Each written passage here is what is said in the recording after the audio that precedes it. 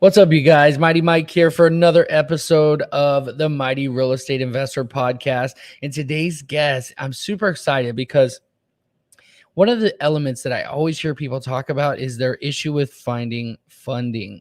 Okay, when you talk to a lot of different fund managers, you talk to a lot of different lenders, mortgage officers, and they're all a little bit different.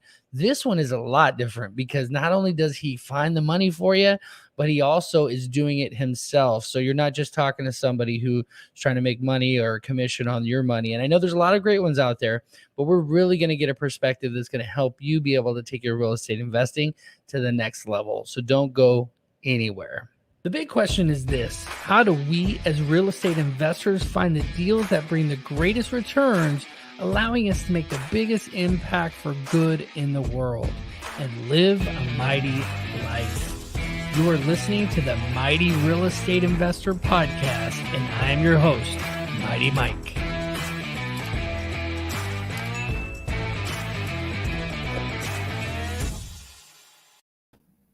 Hi, I'm Ryan Cotter, and you're listening to the Mighty Real Estate Podcast.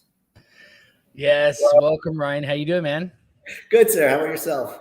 Yeah, good. I mean, you know what? I love having people on, especially real estate investors. We all just have kind of this, positive energy about us. We're all trying to go out there and make a difference and make some money. And you're no different. You got some really cool things going on. I'm excited to dive into it. But why don't you take just a minute and tell us a little bit more about you and your personal life? So I'm here in Chicago, born and raised, been actively investing since right out of college. Love Chicago. It's a great town. And just want to educate people on some house hacks, some tricks, some tips that, what I found to be extremely beneficial over the years. And now we're just expanding it out to more and more people, educating them. When you say house hack, people's ears perk up. So that's what we're just trying to do. It's just, it's standard things that we've been doing for years. We just have a different spin on them. Yeah. So you're there in Chicago, no, that's not the Windy City. That's Seattle, huh? It is Windy City. Chicago. Yeah.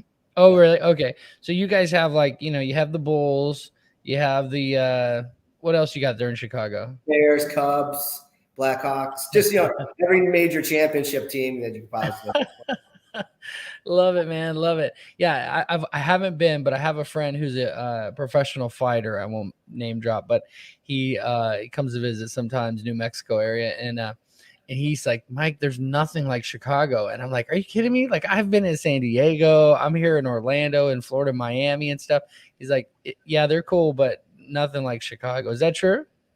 Yeah. I mean, you talk about the food is just ridiculous. I mean, you have the best of the best, whatever type of cuisine you like, the Chinatown, Greek town, Italian, pizza we could talk about for days, different types of variations within the city of the types of pizza. I'm a big fan of pizza. So I have my favorites, and I legitimately get 5 different favorite restaurants that serve pizza, and they're all different. Yeah, I love food, so we're gonna move on because you're gonna make me hungry. Okay, but yeah, this is one of the things I love about real estate too, is when you start really getting into it, you can afford a little bit finer things, and you can. What I mean is travel. That's where I choose to spend that money. Is and you get to go actually look at different properties in different areas, and would you want to live in that community when you're checking out a 60 unit property? Is this something you could buy and make it where people would actually want to live there? So we're going to dive into some pretty cool stuff. But one of the first things I always like to ask is, because most people who are watching, like a majority, like 50, 60%, haven't even started yet. They're just watching, learning, sitting on their hands, right? Thinking, could I do this? So what was that first deal that you did as a real estate investor? So, I think my path was pretty intentional. Like right out of college, I bought my first 4-unit building, and I lived in one. I rented out the other 3. I covered the mortgage payment, and then the other rooms I rented to my college, buddies, and I was actually cash flow positive with very little down. And that's what we educate people on. Like, you could do this. And then, then I bought the building down the street. Then I bought the building behind me. Fast forward, done hundreds of projects. Still have to have a lot of projects going just because I have ADD and I need to have a lot of things going on at all times. I gotta be at Home Depot or some sort of renovation store all the time. And my kids now I'm doing it for them. So that's the hack that we try to educate people on. I call it, and we'll get into this a little bit more, but I call it my 4, 3, 2, 1 steps to financial freedom. Oh yeah, we're definitely going to get into that. So your first deal, like let's dive into the numbers a little bit. So you find you said you were intentional. What was that deal? Was it like a 3-bedroom, 2-bath flip? What was it? Oh no, it was a multifamily. It was buy and live and eliminate the largest expense that you're ever going to have, which is your housing expense. A lot of times nowadays, people want to get that single family or condo first and then start investing in real estate. Well, I just kind of flip it around. But no. The first thing you want to buy is a 4-unit property. You want to live in one and you want to rent out the other 3. So it covers the mortgage payment. And then when you leave that 4th unit, that departing residence, now you're really cash flow positive. And if you do it that way, you can make the property your primary residence. You can use tools like FHA to get in with as little as 3.5% down, right? Otherwise, if you buy that condo or single family first, and then you want to buy another property, it's investment. So you have to put 25% down. So you just created this huge barrier to entry, whereas if you bought the 4 flat first, lived in there, moved out to the 3 flat, you can convince an underwriter that those are the gatekeepers of the money, right? The underwriters, that you're going to move into that 3 flat. And now that becomes your primary residence. So you can do the BRRRR technique, which is buy, renovate, or just refinance and repeat. And then you do the 3 flat and you put 3.5% down. And I just do 3, then a 2 flat, then that single family, and all your passive income from those 3 properties cover your housing payment on the single family. So it's a reverse stepping order to that single family home. But if you do this, you'll never have a housing payment ever again. Yeah, I love that. We're definitely going to dive into some tips, tools, and tactics after towards the later part of the show. We go into, I think it's 21 questions. We go through all about like how to find deals, how to finance deals, and go through your 4, 3, 2, 1 method. Yep. But that first deal, okay, like what you just like knew you had the education already, and you were like, I'm just going to dive into this deal, and it was you said a 4-plex? 4-plex, right? Yeah, so you get into this 4-plex. How did you finance it? FHA. You did it FHA. Very cool. That's awesome. And what was it, up to 500,000, something like that? I think back then. Yeah. So obviously, it was funny. Like I bought that building in an area of Chicago that's just completely blown up. I paid $300,000 for the 4 flat, and every one of my neighbors was like, "Oh my God, you've just paid the highest price in this neighborhood."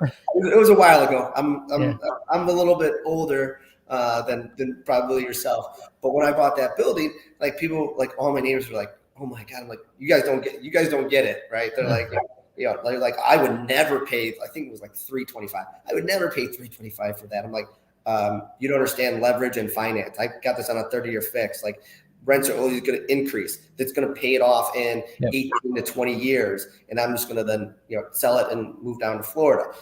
Things have changed, right? But that was the concept back there. People couldn't believe. That's why when the building down the street came available, I was like, I'm buying that one too. They're great brick structures. Chicago has some of the best housing stock across the country. I talked to a lot of investors all across the country, and because of after the Great Chicago Fire, you had a mass group coming over from Eastern Europe that were amazing masonaries, right? Masons, right? And they built these structures that are just beautiful. The architecture, if you drive down the streets in Chicago, you're just like, man, these houses are just amazing.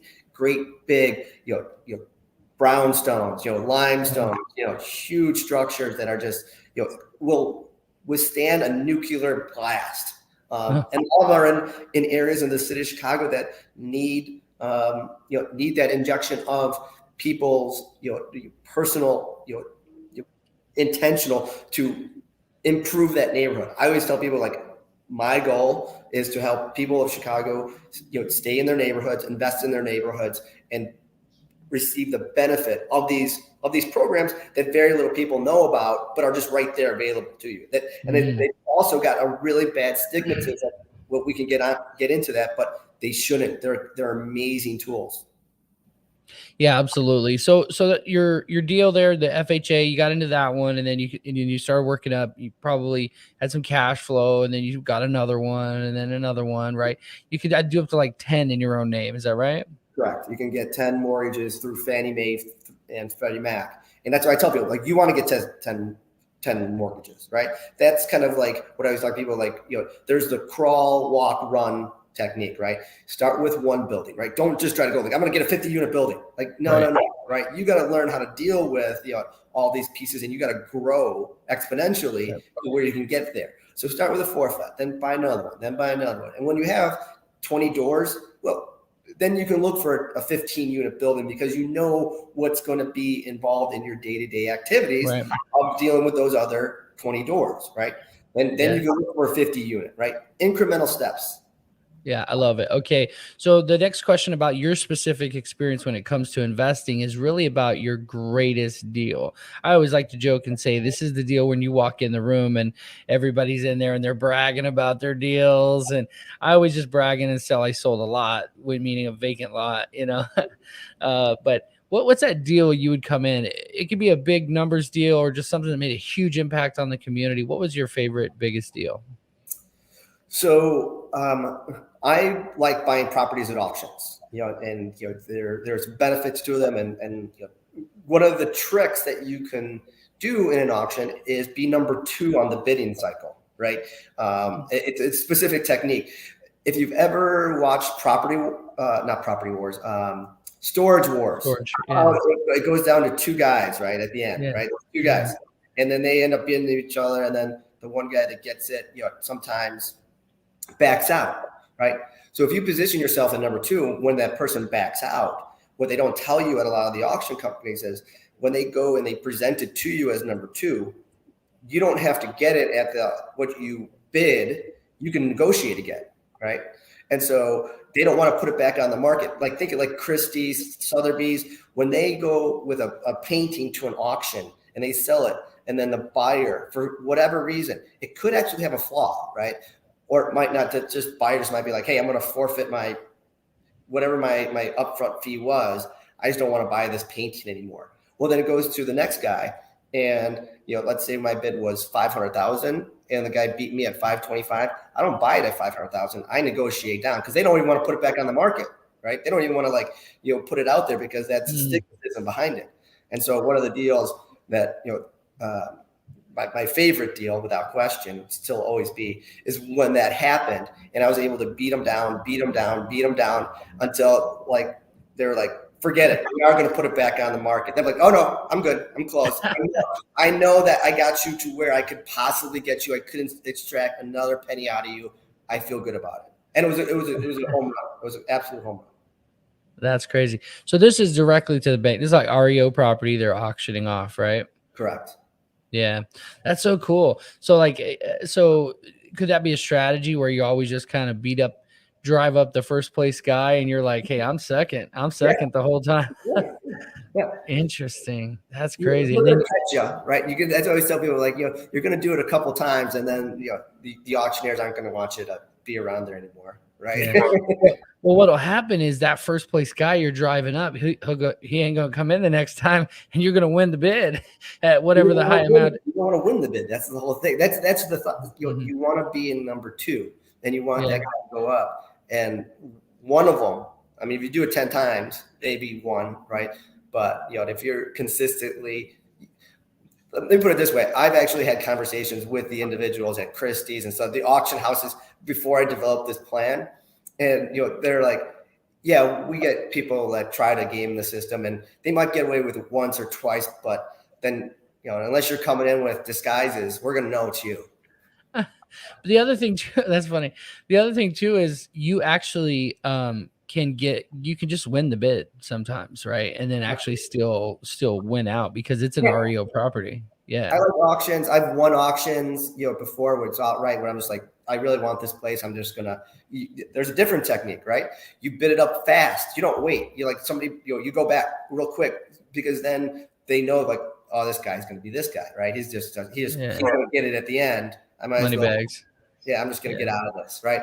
And so that's another technique with auctions. Like, sometimes I'll bid myself up to scare them away. Like I'll make 3 bids in a row real quick, and if you're online, they can't see you, right? So if you do 3 real quick or 4 real quick, and you're like, this guy's nuts. Like he didn't even know what he's doing. He's just clicking the wrong button, right? And then it scares him away. And if you know what the value of the property is, right? And if you slow down as you get closer to that value and see who's still left standing, that's good. I love auctions. I think they're fun on top of it. Yeah, I did the courthouse step stuff a couple times, and that was always kind of nerve wracking. It's like, and then you give them your money to his deposit and stuff, and it's like, okay, and at the end of the day, like you said, some people come up. I'll tell you, I've never been a big poker fan, but recently went to San Antonio, won first place in a poker tournament of like 40, 50 people. And just because I was YouTubing it, learning the basic strategies, and 90% of it was reading the other person, making a move. And when you make a certain move, you get to read them. So when you were talking about the auctions, it made me think about like how funny that's actually very similar to poker. Yes. You're making a move, only strategically making a move and like making a bid, and then they make a bid, and you kind of see what their plan is or whatever.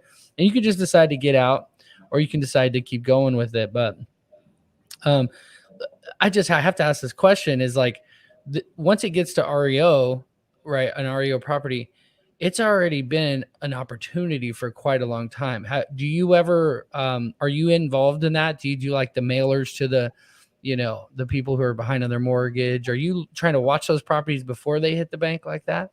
So I'll just be completely transparent. Every property I bought, other people have had access to it, right? It's not been like a loan deal. I tell people all the time, there's diamonds hidden in plain sight all over the place. You just got to be looking for them, and and being able to see what it is without ruffling too many other people's interest. So on some of those REOs, like you gotta drive there. You gotta look through all the windows because you can't get access to the property, right? Like this, like what's in that window? What's that? You're in the basement, right? There's a secret room in there, Yeah.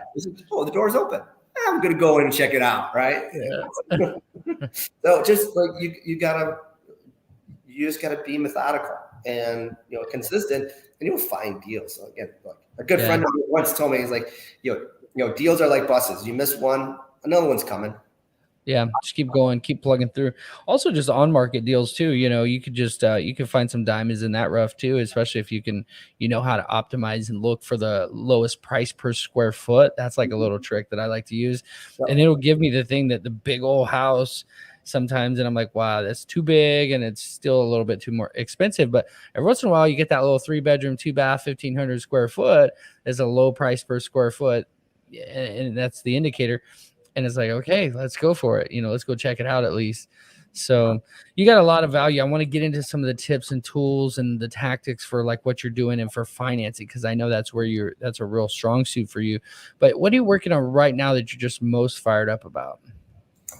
So back in the kind of the multifamily space and talking about that housing stock, the south and west sides of the city of Chicago, have incredible housing stocks. They're also some of the most dangerous areas in the country. Most people can turn on a TV and see a story about, the violence or crime here in Chicago. And I really, really believe it's because of the lack of mentorship that we have for our youth in those underserved communities. So my mission has been to, pour into those underserved communities with education, right? Because there's just not a lot of success stories on the south and west sides because there's just a lot of fatherless children.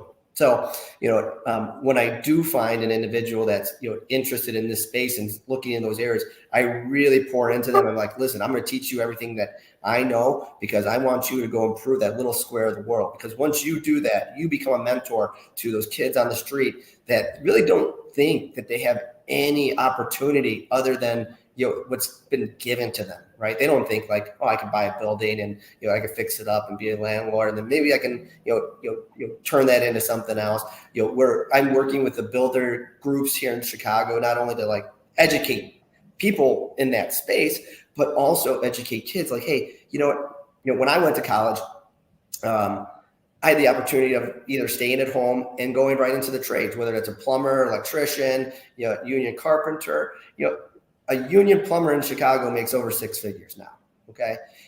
Kids don't know that that's actually an opportunity to go to a trade school. You don't have to go to college. They know they're not going to college.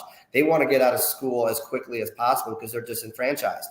And their opportunities are what? Sell drugs, work on once you realize that, and Harvard has done studies that kind of break down these components of, like, if you choose to go into a life of selling drugs or crime, your window of opportunity is about 3 years before you're dead or incarcerated. Okay. In addition, you're statistically going to make about $13 an hour. You make more at Wendy's than you can, but they see the cash, they see all those things, right? It's just the education. So this has been the intersection for me personally of passion and purpose, without question, of educating people in this space, because I'm very blue collar. I'm the first one in my family to go to college, and now I can show people that, like, hey, if I can do this, I mean, anybody can do this. I got C's and D's all throughout college, man. So I wasn't setting any records, but you can do it. Yeah. There's a guy that said that the A students work for the B students, right? The B students manage the C students manage the B students, and the D students are the presidents writing the checks. No, the D students dedicate the buildings. That's what it was. It's kind of backwards, because we need the A students, the super hyper analyticals, to do brain surgery, and the accountants, and we need those guys, but they're not going to be the ones usually as creative. I know that's very generalized, but anyway. So I love this this mission. I love what you're most fired up about. I got to tell you, if you're just listening to the show, that's what it's all about. It's all about, like, how can you make the biggest impact on the world? And I always go big picture with it, like Gates with his vaccinating the whole world. Like he actually made a huge impact. Musk, we've yet to see what he'll do. I mean, he's giving us rockets, but I love that your thing brought it, your deal brought it so microscopic, but on a huge scale. Because if you can help an investor who wants to better their lives in their specific community, gentrification, whatever you want to call it, they're going to slowly start to make that area better. And that's the only way that cities can actually become better, is by having entrepreneurs or real estate investors, in this case, take action and actually care about their community. Yeah. So I love that. A big believer of people of the community, staying in their community, investing in their community, because it doesn't matter how much money you pour into the major thoroughfares. If you're not doing it block by block with the people inside them, you're going to be missing the boat. You're never going to stave off the crime. It doesn't happen on the busy streets. It's on the side streets. So you need to have little W's on each one of those streets that somebody could look to. And again, it's not about the gentrification. It's about the people in the neighborhood staying in the neighborhood, not getting priced out of their own neighborhood. Like grandma stays in the neighborhood, right?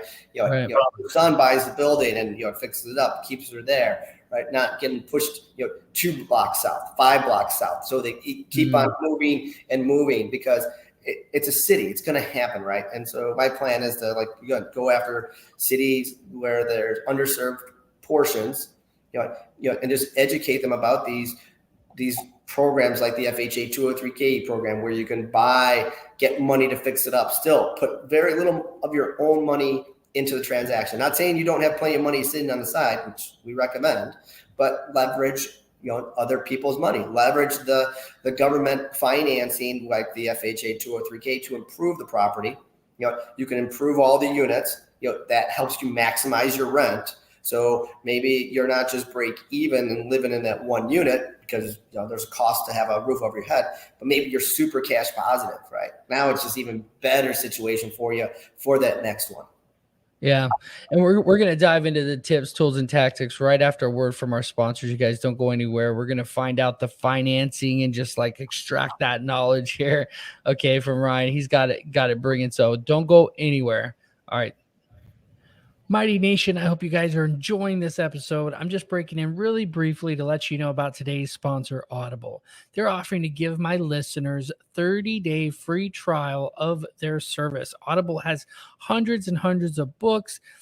I have some of my favorite books listed up over here. You can go to mightyfreebook.com and get your 30-day free trial. You get a free book. And if after the 30 days are up, you decide you no longer want to be a part of it, you can actually cancel, no strings attached, and never have to pay anything and have a free, awesome book. Check out all these cool books over here. Go check out mightyfreebook.com. Let's dive back into the show. Okay, welcome back to the show. Ryan, are you ready to do some mighty flexing? All right. Love it, man. Love it. Classy and everything. All right. So one of the first things that I love to hear this because it kind of lets you see where people's mind is, where their like knowledge came from. What is that? What is your favorite book? What book would you recommend? I recommend two books for anybody kind of going down the path: Rich Dad Poor Dad, Robert Kiyosaki, and The Millionaire Next Door.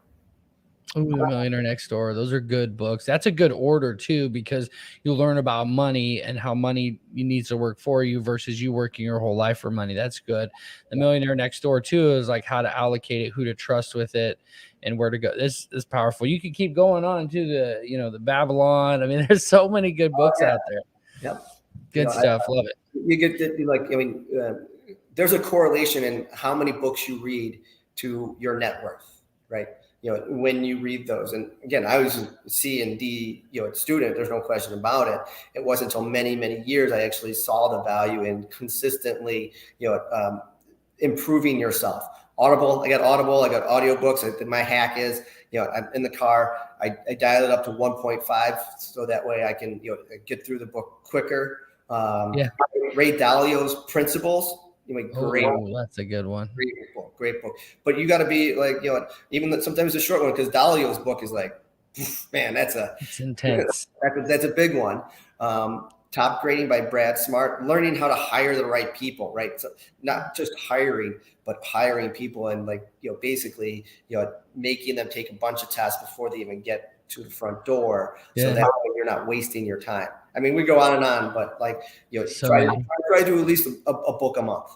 A book a month, yeah. So my goal was to do for a while. I thought I was going to do a book a day because Audible, because most books were like 4 or 5 hours or something like that. Most books. There were some that would go much more like Principles. I forget what it was, like 24 hours. It was a long book, And so for those kind of books, it is a week because I go do my 5-mile walk in the morning. I can knock out a couple hours. But then also, if you had a really rough couple days, you're tired, you're walking tired, you're not getting the knowledge, you're not inspired as much. So, yeah, but books really are the gateway. And if you don't like to sit down and like read, have you heard of it's leaving my mind. Ayn Rand. What is her? Ayn Rand. Atlas Shrugged.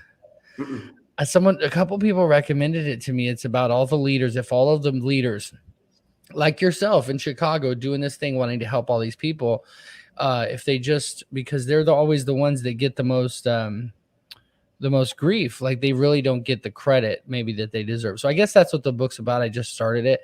I got it on Audible and it was 96 hours. And I was just like, what do you do?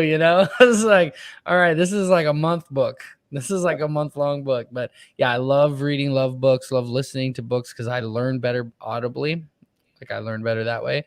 So good stuff. So moving on to the next question, and really we're going to go into the financial stuff here, but we mentioned finding deals, just tactically, mailers, cold calling, like what's that best way that you have found to find deals? I just search auction sites. I love that, auction sites. So we could probably do a whole episode on that, but the auction sites, would you say more local, just be very local so you can go look at the property? I've bought plenty of property sight unseen in different states. Yeah. So it's really just the numbers. Like, is it just a really good deal? Yep. Okay. Yep. All right. We always start with numbers. Because when you're buying a house, like a condo, like what does the average consumer do? First, they're looking at bright and shiny pictures. Ooh, that's a nice kitchen. Ooh, I like that bathroom. Then where's it located? Okay, it's down the street from my favorite restaurant or bar. Cool. Then's the last thing we do. Can I afford it? Right? What's the numbers on it? Right? When you're doing this, you're tactically going numbers first. They have no feelings. They don't lie. Right? If it doesn't make sense, numbers. I not sure if I even use this term correctly. You swipe left, right? Or whatever that is, where you just completely discount. So what I just do is I tell people, like, listen, I'm going to train you to figure out how to put this property or every property you look at into 3 buckets. Makes absolutely no sense, right? Completely eliminate it, right? Don't even waste time, right? Don't even look pictures, right? Numbers don't look good. Borderline, or absolutely makes sense. I need to go make an offer on this property right now. I can give you plenty of examples where I've come across a property, and this is the funniest one. I was going to take a break. Just had my first son, and I was like, I just sold some property, and I was like, I'm just going to take a break and enjoy this time of my life with my son. Of course, that was closed on my last deal on Friday, so just sitting on some money. Saturday, of course, I'm on the couch. Get the iPad, start cruising through Zillow. Found a property right in my footprint, brick 4 flat. Price was right. I was like, called the agent, like, hey, I want to buy this property. It's like, do you want to see it? I'm like, I mean, I can, but it looks like it kind of like fits all the boxes. The inspection is going to unshow everything anyways. Well, I would really feel good if you came and you looked at the property before you put an offer in on it. I'm like, fine, just bring a contract. Okay. And that's code for, you're going to get both sides of the transaction. So we're going to find out the best deal. Right. So walk in, like, place is actually better than I thought. That's awesome. Yeah, let's put the contract in. Did 2 or 3K on it, bought it, completely renovated in 90 days and had it completely leased up. So, you can find deals. It's just, do you want it, right? And so that's a lot of mindset too, right? My sicko junkiness, like, again, I wanted to take time off. Within 24 hours, I found something that I came across. Yeah, it's like mindset. Like you said, you were just scrolling through Zillow. Like, it's also like, what's mindset that it's possible. You already know it's possible, so you check that box. It's not even a question. Now it's like you're scrolling and it's a habit. You're going through Zillow, or you're going through the MLS, looking at properties that are, like we were talking about earlier, the square footage, right? Whatever it is, you have these habits that are going to put you in front of deals. And I just love that. That makes a lot of sense. And then the auction stuff too, right? So you have like your daily auction list probably that you're going through with criteria that immediately eliminates stuff. Yeah. And then you get, when you're in this space, then you find, brokers who only deal in REO, right? And so they get their list from Fannie Mae for HUD, and they send it to you. Like, you got buyers already? Like, yeah, I got buyers. I mean, I might see something that I like, right? So I see stuff that hits the market, then can carve out a deal because I got a good relationship with all these guys because all my deals close because I know how to get it done.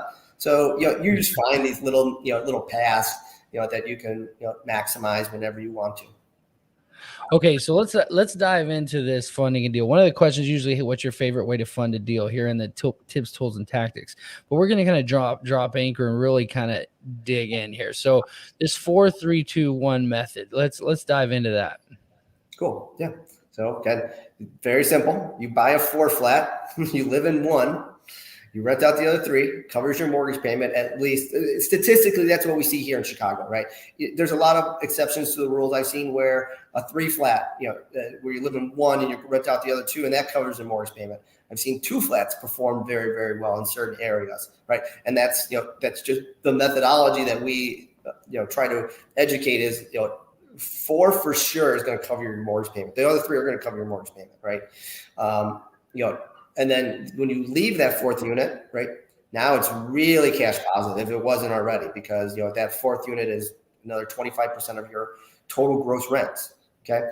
Then you buy a 3 flat, right? You're refinancing out of the FHA loan because FHA only allows you to have 1 primary residence, but you've refinanced in that FHA loan out into a conventional loan. So it's now a 30-year fix, set it and forget it, right? It's completely the best inflation proof tool is a 30-year fixed mortgage. Google it. No second place. Long-term fixed debt is the combat to inflation.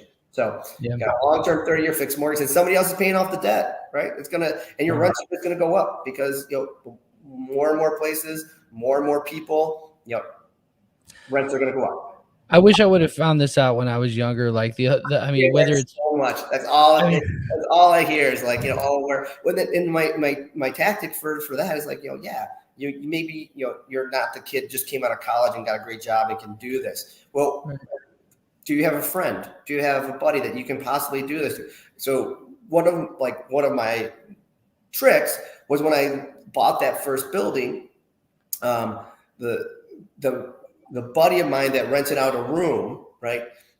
I didn't have enough wherewithal, but then when that house down the street came up, I wanted it. I knew it. I knew the numbers, and I had to figure out a way to do it. So went to my buddy. Go, listen. This is what we're gonna do. I'm gonna give you the money for the down payment. You and I are gonna go on the title. You're gonna go on the mortgage. It's gonna be your primary residence. In 1 year's time, I will refinance you off and give you $10,000. Sound like a plan? Plus, you can see what I do, how I improve the property, and then you could do it yourself.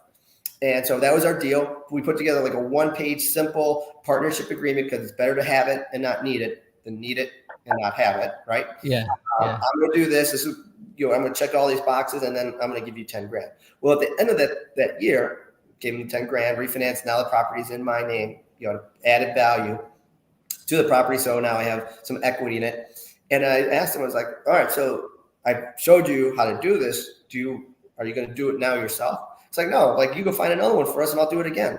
I'm like, I'm going to take my $10,000 and blow it. Like, why would you do that? But again, I'm not going to, like tell them not to, right? And so we bought numerous buildings throughout the years. So do you have a cousin? Do you have, I always tell parents like, hey, as soon as your kid comes out of college, take them down this path, right? So I can't tell you. I mean, every time I give a presentation or seminar, someone's like, why didn't I meet you 20 years ago? Well, you don't have to. You still can, if you have a trusted individual that you can go in with, give them the down payment, work out a partnership split, who's doing what, and you still can. If you don't have any friends or any family member, then you're kind of like, I don't know what to tell you.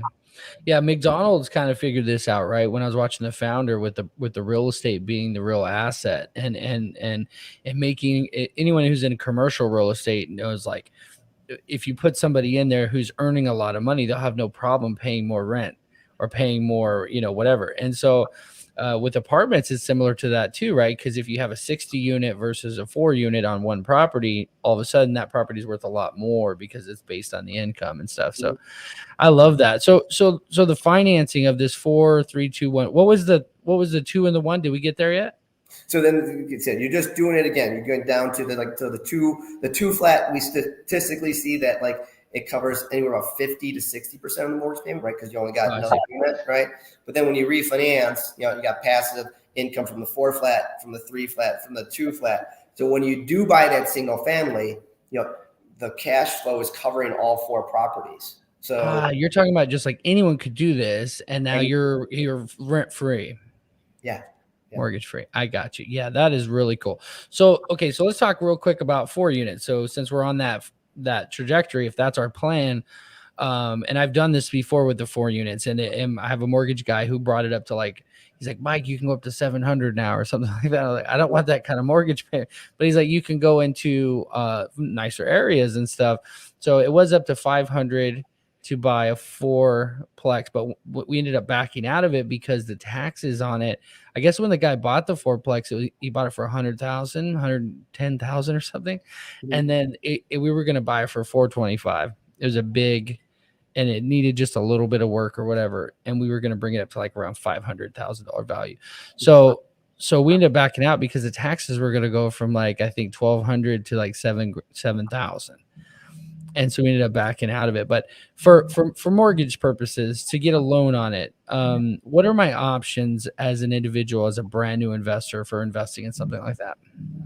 So again, we try to educate people on the FHA and the FHA 203K. Those are 2 different government sponsored programs that'll let you get in with 3.5% down as your down payment. And so those are the ones we kind of like. They generally have better interest rates than conventional. Conventional, if you're looking at a 3 or 4 unit property, you're going to have to put 20% down because now barrier to entry very high. Not saying you can't do it, but if you can find below the sweet spot, where in Chicago the FHA loan limit for a 4 unit property is just right under $830,000. Yeah. Yeah. So it's, you can find stuff. You're not gonna like. So we have some really prominent areas in Chicago, like the Gold Coast or Lincoln Park or Wrigleyville. You're not going to find property in that price range there, right? You're going to be in a subset outside of that. But those areas, like Chicago, doesn't have like the growth pattern that a lot of cities do because we're constricted by the lake. So we can't go all the way out. It can only go in certain directions. So we always tell people like look for those those directions where you're seeing that migration. Get there before them, buy the property at a reasonable dollar amount. And FHA actually has a test. It's called the self-sufficiency test, and it's to protect not only FHA but also the borrower from buying something that doesn't make sense, right? And so that's one of the things we kind of like start with in our education is like self-sufficiency. Self-sufficiency means that it's thumbs up, it should be good. Your primary residence, you should be able to also keep the taxes low because you can do a homeowner's exemption while you're living there.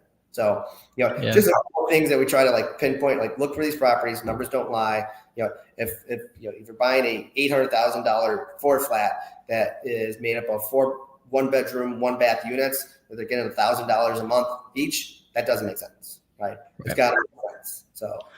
Right. So just some numbers for our analyticals that are watching. So if I buy something just to kind of overestimate, right? So 800,000. Mm-hmm. How much would my down payment be? You probably so there's some also tricks, right? You can get seller credits towards closing costs. Here in Illinois, we have tax proration, so you get a credit back. But I can statistically get people down to as little as 2% all in on their transaction. Pretty regular. I've actually got I had one guy buy a $350,000. It's almost like a game. Like how little can I get you into the house for? Right? Can I get you down to 1.5%? I got a guy bought a $350,000 floor flat that he lives in one and covering all his rent. He bought it with $4,800. Yeah. Yeah, I love that. I've done that a couple of times where you ended up like with a VA loan. We actually were able to get a check back for $5,000 and get the property, and that just feels so good because it's like, look, we don't even have to pay a mortgage for a couple months here. We got some money to fix it up, So it's really cool. So just kind of doing the numbers, just so people can understand. This is the thing that really blows my mind. It says 16,000, 2% of 800.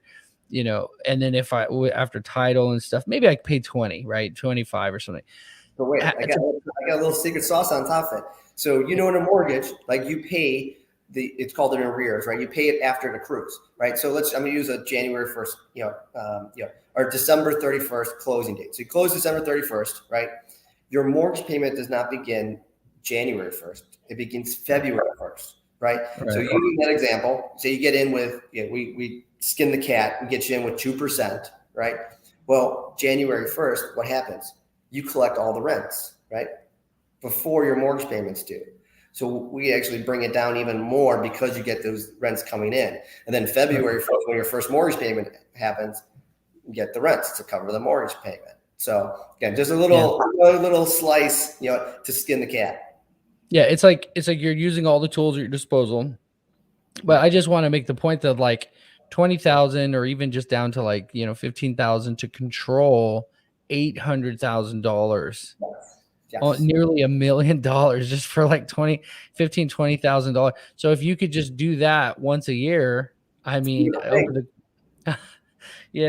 so I love this. I love it. So the proof of concept is something definitely everybody should consider. If you don't believe it already, let's dive into some of this stuff because there's a lot of limiting beliefs, right? So bad credit, not really having a whole lot of money, or just not having a job. Maybe you have money, but you don't really have a job, job.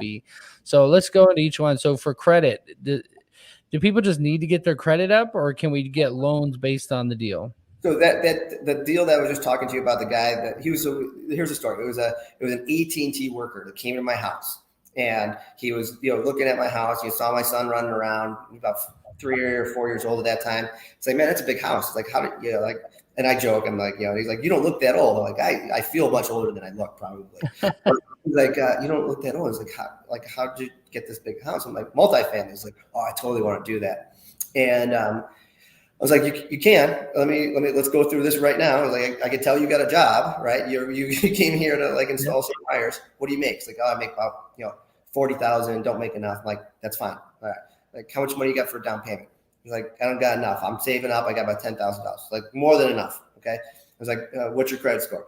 It needs to be better. It's like, you got a ballpark range. Like, yeah, it's like 650. Perfect. FHA allows you to go down to 580. You got 640 and above. You're in their sweet spot. It's like, you're going to come to the office on Monday. I'm going to get you pre-approved. I'm going to find you a 4 flat. Well, that guy's name, Quantrell, found a property on the west side, and he absolutely did that. I mean, he improved that little corner of that neighborhood and bought a $350,000 4 flat with like less than $5,000. So, limiting beliefs. He didn't think he could do this. He didn't think he could do that. And it was just like, right. Yes, you can. Yes, you can. Yes, you can. I'll see you on Monday. Now, the one drawback is with the way this works, you do need to have a job. Yeah, with that one, yeah. Yeah. And then so he was able to do it because he had a job, so he could prove that he made something. That's not a non-recourse loan. That's an actual loan based on you and your credit and all that. And then so let's say someone doesn't have any money saved at all. I mean, there's sometimes people down payment assistance programs. There's a bunch of them. There's down payment, yeah. And also there's that start where you are. Start where you are. So maybe you do have to get that dump that nobody wants. Fix it up, put some elbow grease into it, and actually fix it up where other people didn't want to go through all that, right? The old phrase, if you don't know where you're going, any road will take you there. But if you know where you want to be, you're going to find the path of least resistance. Like, there's a bunch of them, like, when the student's ready, the teacher will appear, right? Yeah. But, you just got to, like, I never tell anybody no. At the most, I'll say not right now, right? Because you can do it. Like, you need $5,000. I have $3,000. Okay, well, let's figure out how long is it going to take you. When's your lease up? Okay, how long is it going to take you to save that money? So we stop going out, we stop doing this, we save up that money, and then you're reading Rich Dad Poor Dad, because it's a book about a whole bunch of people that made $50,000 a year and retired as millionaires. You know why? Because they were able to budget. Psychologically, you going out and blowing your money, doesn't release as many endorphins in your mind as if you had a budget and you hit your budget. You would actually feel better about yourself than the chronic shopper. Yeah. They say to gamify your savings, which is so true. Once I downloaded Robinhood and a few of these other things and I started doing it, I was like, I can't go buy this new cool, like the new iWatch. I never got the new Apple Watch because I had the first one and then all these new cool ones have come out, but I'm like, I could put that into stocks. I could put that into something, every dollar that you spend is like $5 towards your potential future, or even more. Some people say $17, depending on what you do with your money. So that's pretty powerful. So what is the greatest advice you've ever received? The greatest advice I've ever received. I'll go back to the bus. I was always worried about deals being missed out and not, being methodical. And I think don't let a catastrophe go to waste. There's opportunity in those types of markets, and being prepared for it. Just the mind shift, right? Of like Buffett says, you buy when there's blood in the streets, right? Thinking about, hey, I'm going to do base hits. I'm not going to try to hit home runs. Maybe I do, but I know I'm going to hit my home runs when people are fearful and I'm aggressive. And when everybody's aggressive, that's when I'm fearful. So that's when I'm only trying to hit base hits. It's a game. It's a cycle. I know we see the cycle coming. It's coming, right? And there's going to be an opportunity. I talked to a bunch of, real estate developers that are junkies. Like, they have to be doing this. And I'm like, guys, take some chips off the table, because there's going to be opportunities. You're caught up in the game again that, these cycles they're just cycles. They happen, right? And if you can't recognize them, then shame on you.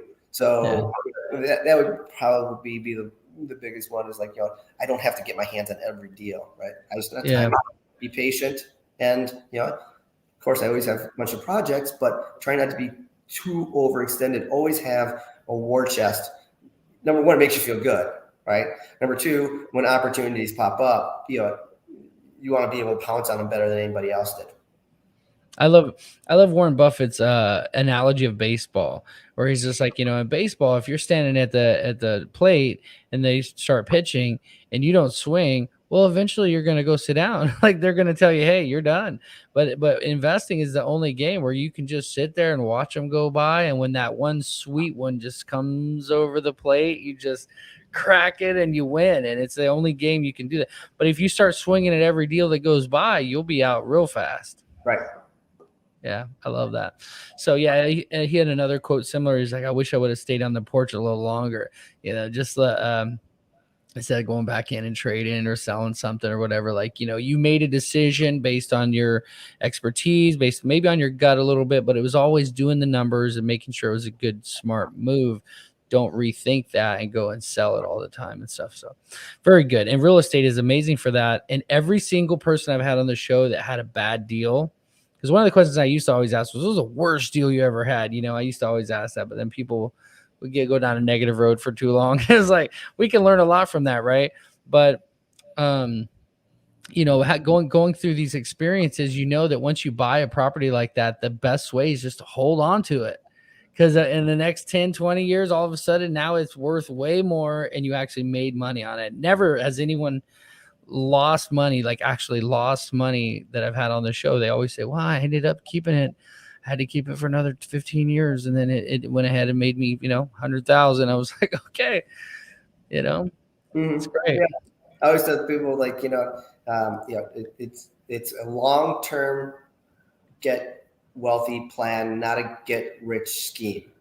Right. Rich fast scheme. It doesn't work. There's a billion books on the internet that tell you that. Like, buy and hold.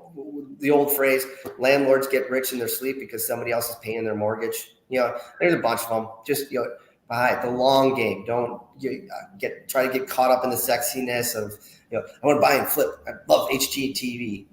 That stuff's all garbage. None of it's accurate. Right? Those numbers aren't right. They don't break down holding costs. They don't break down commissions. They don't break out anything.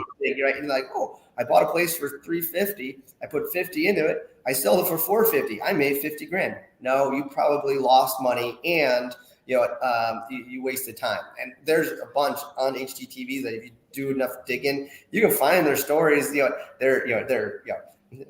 properties went in foreclosure. They're getting sued by their partners. All that stuff, right? Yeah. Multifamily, slow but steady wins the race, and the race is financial freedom. More doors. So that kind of leads into the next thing is, what's your greatest advice for that person thinking about getting started? It's a team. First find your trusted lender, your trusted real estate agent. If you're going to be doing some work, that trusted contractor. It's a team. I'm like, it's not a one-man show.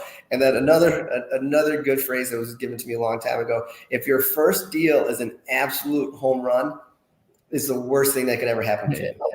Yeah. Because you're going to think they're all that way. Now, if the first one you get through, got some scratches, some bruises, but you really, really enjoyed it, perfect industry for you. Yeah.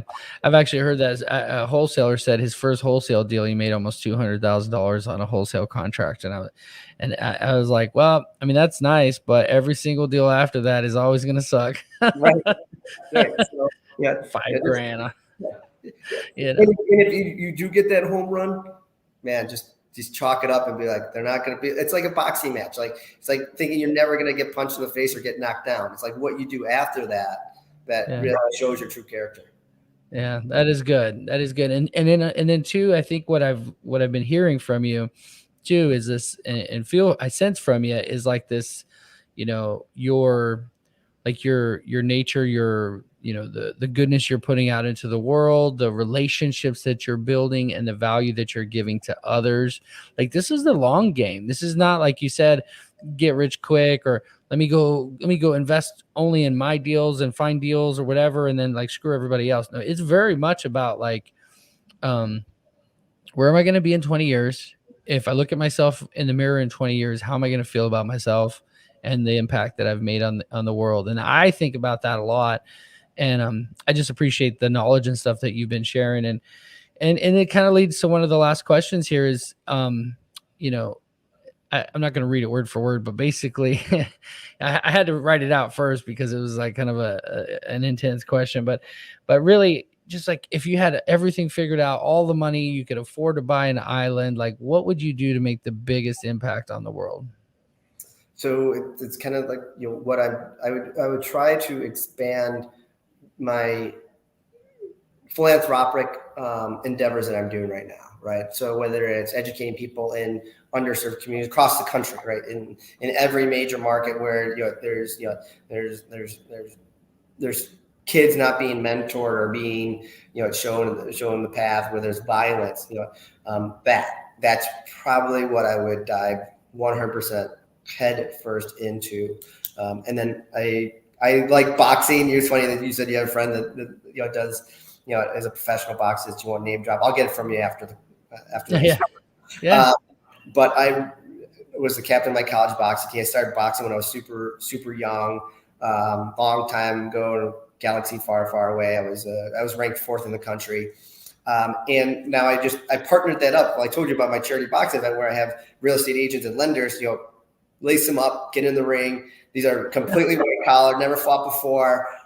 And all the proceeds benefit Big Brothers, Big Sisters, and Mercy Home for Boys and Girls. And that's kind of the piece that got me involved in educating people in the underserved community. Because before that, I was incredibly selfish. I was just like, I'm not going to tell anybody my tricks because they might want to buy a building that I want to buy, and they're going to outbid me. Right. It wasn't until I had my first son, and I was like, man, I got to really pour back in these communities, and it dovetailed so well. So if I could, my goal is to be doing these in all the major markets. So we got Chicago, we got LA, and we got Toronto right now that we have these real estate rumbles. I'd like to get like 5 or 6 more markets and then have like a national championship, like the world's toughest realtor in like Las Vegas, right? Like at the MGM Grand.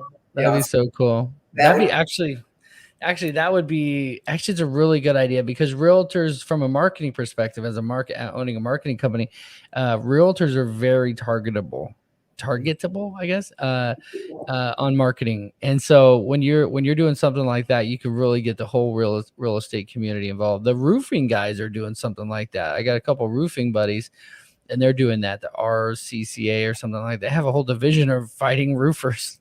Yeah, I don't want to put this in the wrong way, but when you got realtors and lenders, and then you got construction people, the construction people are a little bit tough. I don't want to say they're gonna beat up the realtors. Yeah, and they all get day jobs. They need their face, so we have 16-ounce gloves, headgear, protecting them as they're donating their time. You put a realtor in there against a roofer who's got big meat hooks, right? Just swinging. What? Now that you mention it, they're not boxing; they're doing UFC style fighting. Oh, gotcha. Now that you mention it, that makes more sense too. Yeah. So, but yeah, boxing, that would be good. And then too, like, how often as a realtor have you wanted to punch your mortgage guy in the face? I mean, it's happened. Oh yeah. Vice versa. Realtor dispute, commission from realtor dispute. Lenders don't like other lenders. Yeah. Nobody cares for the attorney, so they all want a piece of the attorney. So it's just we have fun with it. But there's a lot of smack talking, but it's all for a great cause, and all the proceeds benefit these at-risk youth programs, and these programs that need mentors, and it's targeted to the south and west sides of the city of Chicago. So I'd love to expand that across the country. It's got to come to Orlando. You got to bring. There are a couple realtors I have got to punch in the face. We'll talk offline. We'll get the Orlando Real Estate Rumble. You'll head it up. So what I do is I just give people a template, right? I don't need to be the guy that's doing it all. I'll show you how to do it, how to market it. You run with it. You be the point person in your own community, and as long as the tagline is it's all for the kids, and the money goes to an at-risk youth organization. I'm good giving you every piece I have. Yeah. That's a really unique, similar to what you were saying earlier. What you're most fired up about is like helping the local community become better. And if you have these realtors, and as realtors too, and mortgage officers, making a lot of money doing what we do. If you do it well, you do really well. And so the idea that you can do something to give back like that. And there's a lot of us realtors that are in the spotlight. that are really paying a lot of money to be in front of other people, where other people would love to come watch them duke it out. Like how much would you pay to see Trump and Biden go at it? I mean, most of us would pay a lot of money, right? Because they're in the spotlight and we know who they are. So it's good stuff. I appreciate you coming on. How can everybody keep up with everything you got going on, and then we can say goodbye? Well, there's a bunch of information on my website. The MTGCORP was short for the Mortgage Corp. Information about multifamilies, 203Ks, the FHA program, and then all my contact information is right on that page. So that would be the best place to. You want to get a conversation with me offline about any one of these pieces, don't hesitate to reach out. Yeah, definitely. Well, I appreciate you coming on, and I'm excited to share your story with the world. Thanks for having me. All right, you guys, go out there and check out the website. Definitely. Don't forget to subscribe, rate, and review the Mighty Real Estate Investor Podcast. Listen, guys, we're starting this on all the Audible platforms, so audio platforms. So definitely go check them out. And of course, our sponsor, Audible. Go check out mightyfreebook.com. Get your free book. We mentioned a bunch of cool books, but that first 30 days, you can listen to an entire book for free and cancel it. For whatever reason it's not for you, you can cancel and not pay anything. So it's pretty cool. So you guys have heard you're the average of the 5 people you spend the most time with, and you've been flexing those inspiration muscles right here with us. And definitely go out there and build your network so you can build a mighty net worth. Until next time, my friends, live mighty. See you guys. See you guys. Oh yeah, we forgot this. Yeah, the guns. Oh, I should have had you roll up your sleeves. All right, you guys. See you on the next one. If you want more of the tips, tools, and tactics to take your real estate investing to the next level, go get a free copy of my latest book at mightyfreebook.com. And don't forget to subscribe, rate, and review the show on your favorite audio platform.